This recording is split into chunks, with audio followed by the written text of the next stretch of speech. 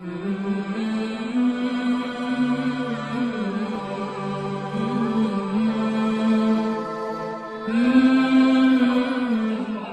کرتے ہیں ظاہری اعتبار سے ہم لوگ یہ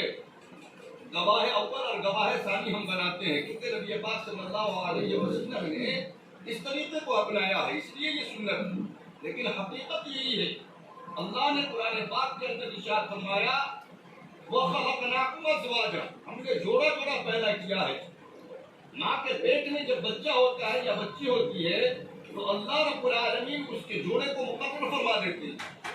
جب اس لائق ہوتے ہیں تو سب سے پہلے اس لڑکا اور لڑکی کے انتظامات اللہ رب العالمین فرماتے ہیں۔ یہ ہم دنیا میں ہماری عقل کمزور، دماغ کمزور، ہاتھ کمزور، ساری چیزیں ہماری کمزور ہیں، اس وجہ سے ہمیں بڑے تدبیر کرنے پڑتی ہے،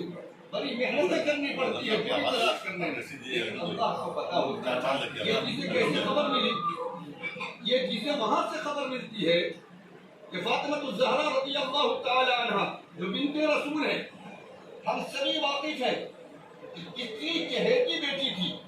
ہمارے آقا مدینہ تاجدار وفا محمد رسول اللہ صلی اللہ علیہ وسلم کی لخت جگر تھی۔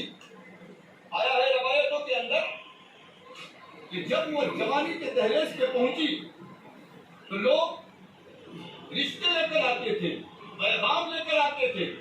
ہمارے آقا صلی اللہ علیہ وسلم کو جب فرماتے کہ میں اس مقصد سے آیا ہوں تو حضور پاک صلی اللہ علیہ وسلم کہتے کہ ابھی وحی نہیں آئی ہے، اللہ کی طرف سے ابھی اجازت نہیں ملی ہے، یہ لوگ چلے جاتے ہیں، پھر دوسرے آتے، تیسرے آتے، چوتھے آتے، سب کو یہی جواب کہ ابھی وحی الہی نہیں آئی ہے، اللہ کی طرف سے ابھی کوئی اجازت نہیں آئی ہے، اس لیے میں ہاں نہیں کہہ سکتا۔ ہمارے آقا صلی اللہ علیہ وسلم کہتے ہیں ایک مرتبہ کا واقعہ